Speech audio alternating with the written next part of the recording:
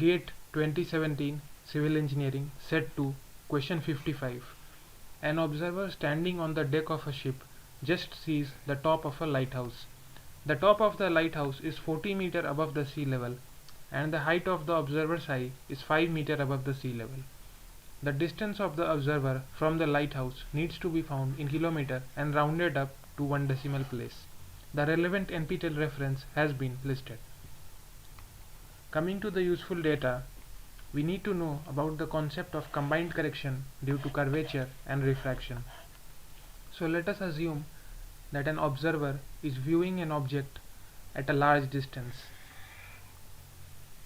So if an observer is standing here and he is trying to observe an object at a large distance of d, so there will be an error due to the Earth's curvature, which is abbreviated as Cc. Let us say this is the radius of the Earth. So using the concept of right triangle, this angle to be 90 degree, we can see that the hypotenuse, that is r plus cc whole square, would be equal to the sum of the squares of the other two sides, that would be r square plus d square. Expanding the terms, we would get r square plus cc square plus 2rcc equals r square plus d square. Cancelling out r square, we would get the value of cc as d square divided by cc plus 2r. We can see that cc will be small compared to the radius of the Earth. So this value can be almost rounded off to d square by 2r, since cc is very less compared to 2r. Another concept that needs to be known is that the refraction correction is given as 1/7 of cc. So that would become d square by 14r. The combined correction would be the sum of cc and cr. But the correction due to curvature and refraction will be opposite in signs. So that would be d square by 2r minus d square by 14r. This would become equal to, substituting the value of the radius of Earth, we would get the correction value as 0.06728 d square. Here d should be taken in kilometers and the correction would be obtained in meters.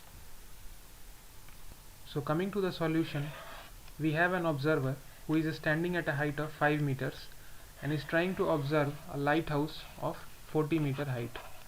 So the correction due to curvature of Earth and refraction will creep in the formula.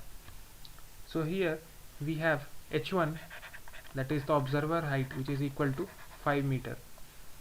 This h1 can be written as 0.06728 d1 square, where d1 would be the distance from the horizon. Substituting the value of h, that is 5, equals 0.06728 d1 square. d1 square can be obtained as 594.53.